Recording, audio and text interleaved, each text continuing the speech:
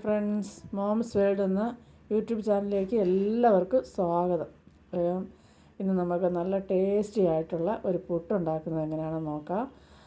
അപ്പോൾ അടിപൊളി രുചി. അതിന് സെപ്പറേറ്റിന് കറിയൊന്നും വെക്കേണ്ട. അപ്പോൾ നമുക്ക് തലേ ദിവസം ചെറിയ രീതിയിലൊന്ന് ഒരുക്കി വെക്കുവാണെങ്കിൽ രാവിലെ എളുപ്പത്തിൽ ജോലിക്ക് പോകുന്നവർക്കൊക്കെ എളുപ്പത്തിൽ ഉണ്ടാക്കാൻ പറ്റുന്ന ഒരു പുട്ടാണ്. അപ്പോൾ ഞാൻ നമ്മുടെ ഡബിൾ റോസിൻ്റെ പുട്ടുപൊടി എടുത്തിട്ടുണ്ട്. അപ്പോൾ അതിൽ ഉപ്പിട്ട് കൊടുത്തു, വെള്ളം ഒഴിച്ചു.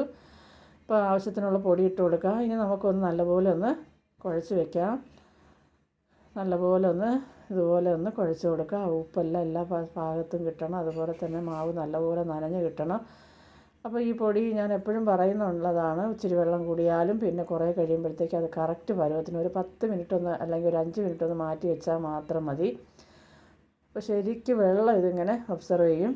അപ്പോൾ ഇത് നല്ലപോലെ കുഴച്ച് മാറ്റി വയ്ക്കാം. അപ്പോൾ നിങ്ങൾക്ക് ഈ വീഡിയോ കാണുമ്പോൾ ഇഷ്ടപ്പെടുവാണെങ്കിൽ നിങ്ങളിതുപോലെ ഒന്ന് ചെയ്ത് നോക്കിയിട്ട് നിങ്ങളുടെ അഭിപ്രായങ്ങളൊക്കെ ഒന്ന് പറയണേ. അതുപോലെ തന്നെ ലൈക്ക് ചെയ്യാതെ വീഡിയോ കാണുന്നവരുണ്ടെങ്കിൽ ഒന്ന് ലൈക്ക് ചെയ്യണേ. ലൈക്കൊക്കെ ഒരുപാട് കുറവാണ്. അപ്പോൾ നമ്മൾ ഓരോ കാര്യങ്ങൾ പ്രതീക്ഷിച്ചാൽ ഇങ്ങനത്തെ വീഡിയോ ഒക്കെ യൂട്യൂബ് ചാനൽ തുടങ്ങിയത് തന്നെ. അപ്പോൾ എല്ലാ കാര്യങ്ങളും നമുക്കിപ്പോൾ എല്ലാവരോടും പറയാനൊന്നും പറ്റുന്ന വിഷയങ്ങളൊന്നും അല്ലായിരിക്കുമല്ലോ. അപ്പോൾ എന്തായാലും നിങ്ങളൊന്ന് സപ്പോർട്ട് ചെയ്യണം. വീഡിയോ കാണുമ്പോൾ ഇഷ്ടപ്പെടുകയാണെങ്കിൽ ലൈക്ക് ചെയ്യണം കേട്ടോ.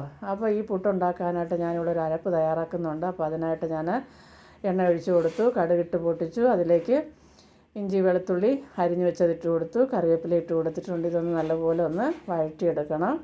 അപ്പോൾ ഇതിൻ്റെ പച്ചമണം ഒന്ന് മാറി കിട്ടട്ടെ. അപ്പോൾ എല്ലാവരും ലൈക്ക് ചെയ്ത് കാണാൻ ശ്രമിക്കുക. ലൈക്കൊന്നും അങ്ങനെ ആരും ചെയ്യുന്നില്ല.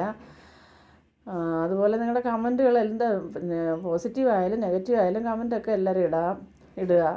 കമൻറ്റ് ഇടാതെയും കമൻറ്റ് ഇട്ടില്ലെങ്കിലും കുഴപ്പമില്ല. ലൈക്ക് ചെയ്യാതെ ഒട്ടും ലൈക്ക് ചെയ്യുന്നില്ല ഇപ്പോൾ ആരും വീഡിയോയ്ക്ക്. അപ്പോൾ ഞാനതിലേക്ക് രണ്ട് ചെറിയ സവാള അരിഞ്ഞ് വെച്ചിട്ടുണ്ടായിരുന്നു. അതും കൂടെ ഇട്ട് കൊടുക്കാം. ചെറിയതായണ്ട ഒരുവിധം വലിയ സവാളാണെങ്കിൽ ഒരെണ്ണം മതി കേട്ടോ. അപ്പോൾ ഇതൊക്കെ ഇപ്പോൾ ഓരോ വീട്ടിലെ ജനസംഖ്യ എത്ര ഉണ്ടെന്ന് വെച്ചാൽ എത്ര പേരാണോ ഉള്ളത് അതിനനുസരിച്ച് കൂട്ടുകയും കുറയ്ക്കുകയൊക്കെ ചെയ്യുക. അപ്പോൾ ഈ സവാള ഒന്ന് വാടി വരട്ടെ.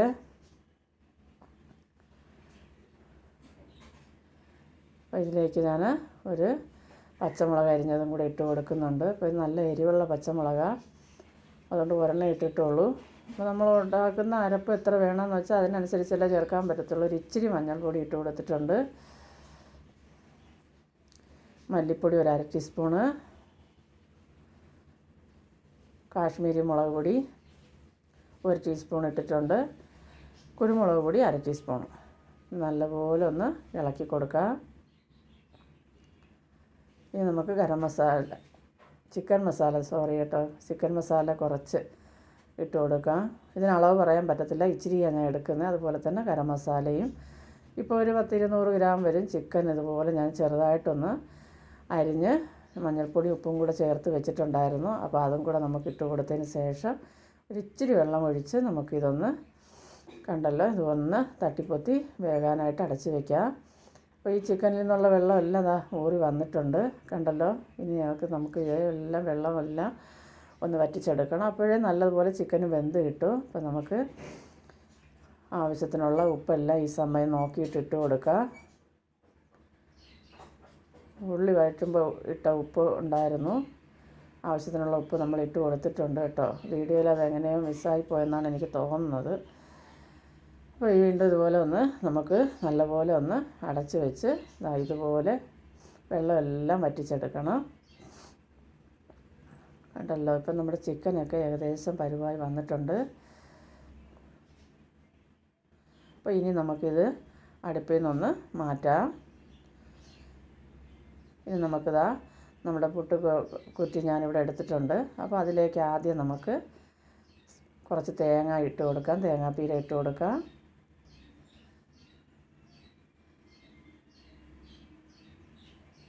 അതിലേക്ക് നമ്മൾ അടുത്തിട്ട് കൊടുക്കേണ്ടത്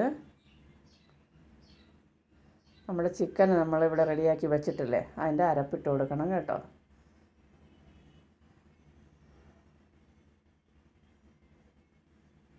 ആ ചിക്കൻ്റെ അരപ്പ് നമ്മൾ ആ ചിക്കൻ്റെ കൂട്ട് അത് ഇട്ട് കൊടുത്തതിന് ശേഷം വീണ്ടും നമുക്ക് തേങ്ങാപ്പീര ഇട്ട് കൊടുക്കാം.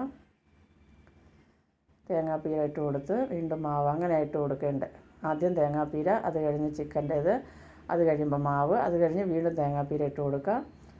പിന്നെ വീണ്ടും നമുക്ക് മാവ് ഇതുപോലെ ഫില്ല് ചെയ്ത് കൊടുക്കണം. ഫുള്ളാവുന്നതുവരെയും മണ്ടയ്ക്കും അതുപോലെ തന്നെ നമുക്ക് വെച്ച് കൊടുക്കാം. ചിക്കനൊക്കെ ഇപ്പോൾ ഒത്തിരി വേണമെന്നുള്ളവർക്ക് ഒത്തിരി വയ്ക്കാം, കുറച്ച് മതി എന്നുള്ളവർക്ക് അങ്ങനെ വയ്ക്കാം. അപ്പോൾ ഇതിൽ നിന്ന് നല്ലപോലെ ഒന്ന് ആവി കയറ്റി നമുക്ക് വേവിച്ചെടുക്കണം. അപ്പോൾ അതാ നമ്മുടെ പുട്ടുകുറ്റി ആവി വരാൻ തുടങ്ങിയിട്ടുണ്ട്. അപ്പോൾ ഇനി നമുക്കിത് മാറ്റാം. കണ്ടോ, നമ്മുടെ അടിപൊളിയായിട്ടുള്ള ഇറച്ചിപ്പുട്ട് ഇവിടെ റെഡി ആയിട്ടുണ്ട്.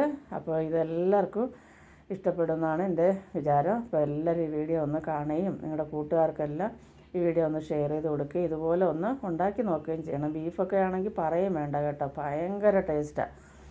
അപ്പോൾ ഈ വീഡിയോ ഇഷ്ടപ്പെടുവാണെങ്കിൽ എൻ്റെ ചാനലൊന്ന് സബ്സ്ക്രൈബ് ചെയ്യാനും ലൈക്ക് ചെയ്യാനൊന്നും മറന്നു പോവല്ലേ. അപ്പോൾ എല്ലാവർക്കും ബായ്.